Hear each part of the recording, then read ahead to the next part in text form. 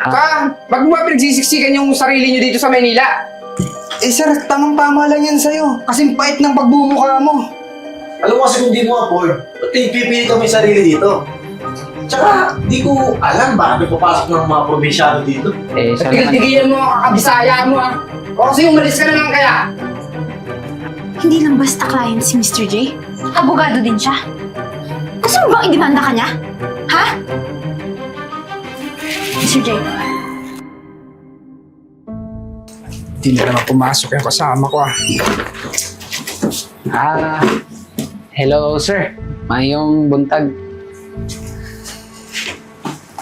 Ang buntag. Mayong adlaw. Ayusin mo, magtagalog ka. Nasa Manila ka. Sir, pasensya sir ha. Kala ko kasi sir na Bisaya ka rin sir eh. Dami din kasi ako nakakasalubong dito sa Manila na mga probinsyano din ba. Kaya medyo nasanay din. Pasensya talaga sir. Huwag mo igaya sa kanila. Dahil hindi ako kapareho mo. Intindihan mo? Ay, sa paano ba ginagawa mo dito? Wala kaming hiring dito. Sir, hindi naman ako mag-apply sir ng... Kakain ka? Walang feeding program din dito.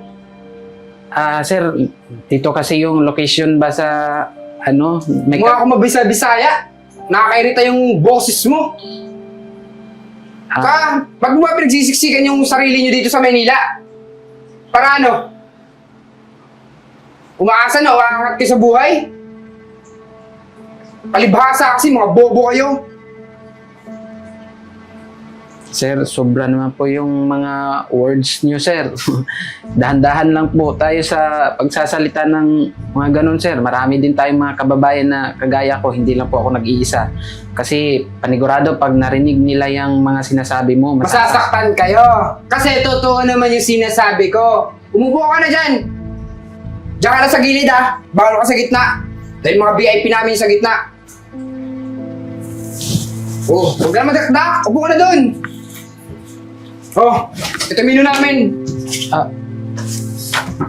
Order ka na. Bilisan mo at nasasayang yung oras ko. Sir, kape na lang muna akin, sir, kasi inaantay ko yung ka-meeting ko. Kita mo na? Magkakape ka lang pala. Dapat dyan na sa labas sa may tindahan. May kape dyan 15 pesos, nakatimpla na. Sige na, unin ko na yung kape mo.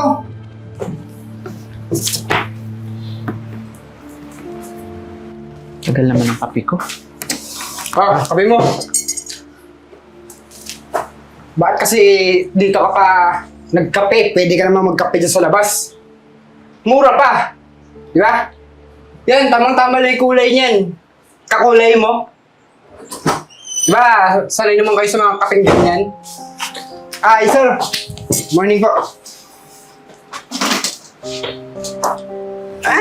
Mga ganitong customer dapat yung inaasikaso. Di yun katulad mo dyan, isang hamak na probinsyano. Anyway, yung dati. Sir, yung best coffee mo, sir. Thank you.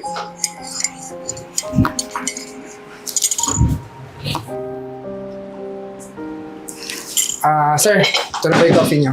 Thank you The best waiter ka talaga dito. Ito po yung tea natin, sir. Ayos.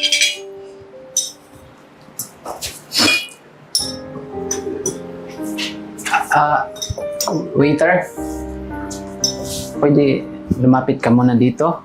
Sir, excuse me po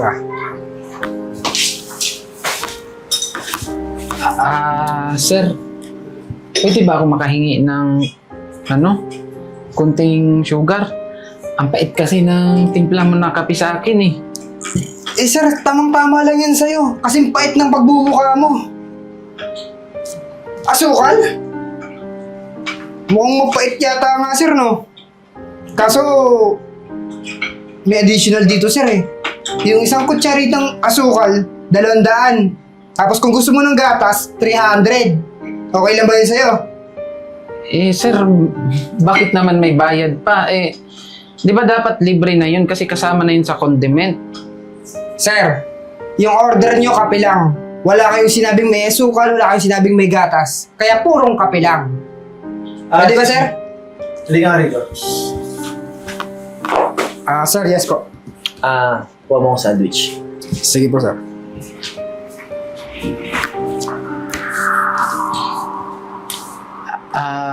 Sir. Sir. Ako ba? Pwede po ba ako makahingi ng gata, sir? Napakapait kasi ng kape ko, sir eh. Seryoso ka?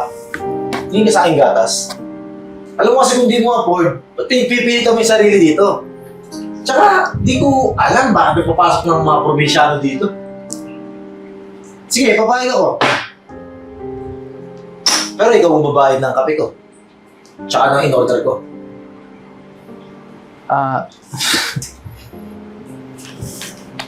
Sige, sir. Basta makahingi lang ako ng gatas. Sa tingin mo, papayag ako? Ha? Alam mo, bakit di ka na lang pumunta sa inyo? Doon sa bundok. Magpiga ka ng gatas ng kalabaw. Para meron ka palagay dyan sa kape mo.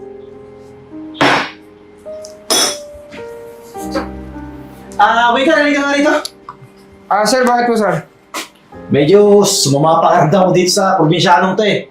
Alam mo, mamaya babalik na lang ako Bigyan na lang sa iyo yung bayad. Okay? Sige po, sir. No problem po.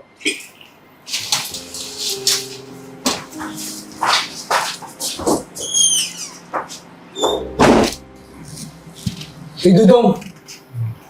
Kapal din ang mukha mo, no? Kinausap mo ba yung regular customer namin dito? Tingnan mo, ang dahil sa'yo umalis. Hindi mo ba alam na isa sa pinakamayaman yun dito sa lugar namin? Sa maraming negosyo yun. Sir, maayo man pakiusap na ako sa kanya. Siya naman... Tigil-tigilan mo ang kakabisaya mo, O kasi umalis ka na lang kaya. Sir, pwede pa CR na lang muna. Saan po ba yung CR nyo dito? Tamo, ni CR di ka marunong basa. Nakita mo na yun sa dulo, minaalagay yung CR. Bobo ka ba o tanga-tangahan ka lang? Sige na sir, kalibangon na kay ko.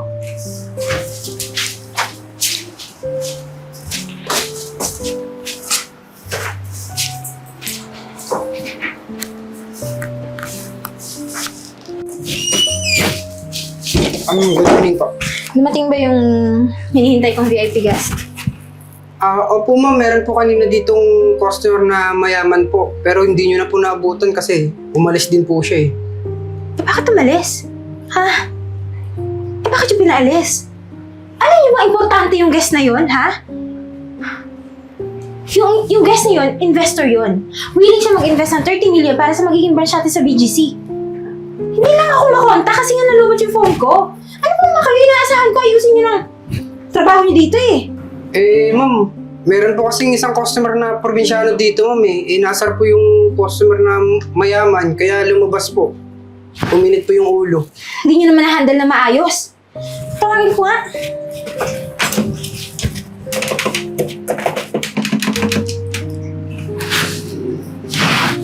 Ha? Ito yung phone ng client to. Ba't sabi mo malis?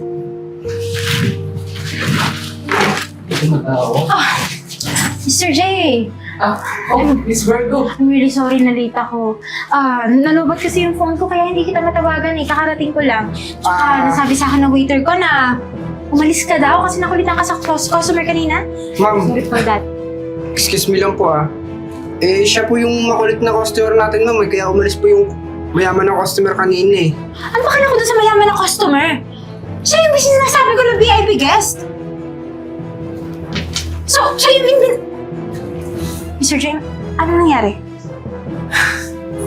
Ako, Miss Virgo, sa totoo lang, masyadong mahaba yung mga kaganapan dito sa loob ng restaurant kaya mas mabuti pa tingnan mo na lang sa CCTV. Tsaka ikaw na bahala ang musika.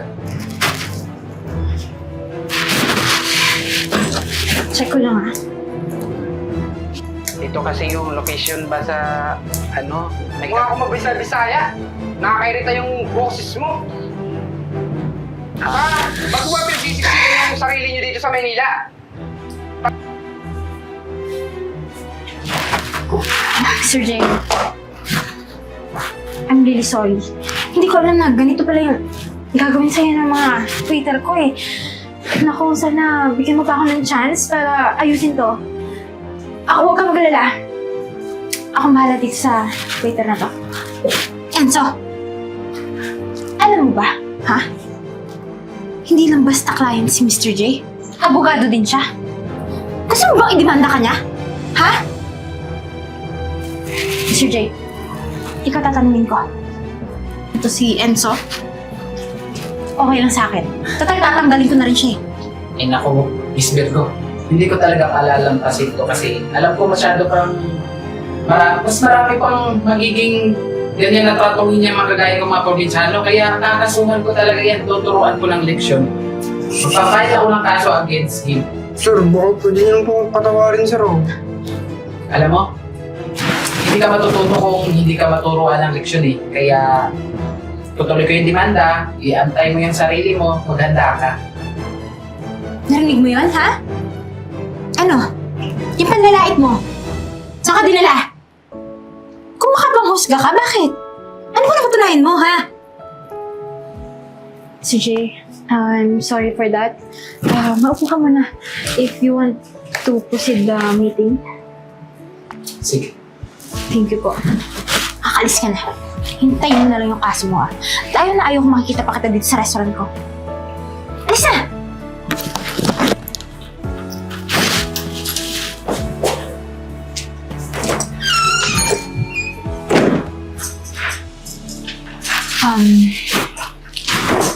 Sir Jay, sorry po talaga sa nangyari.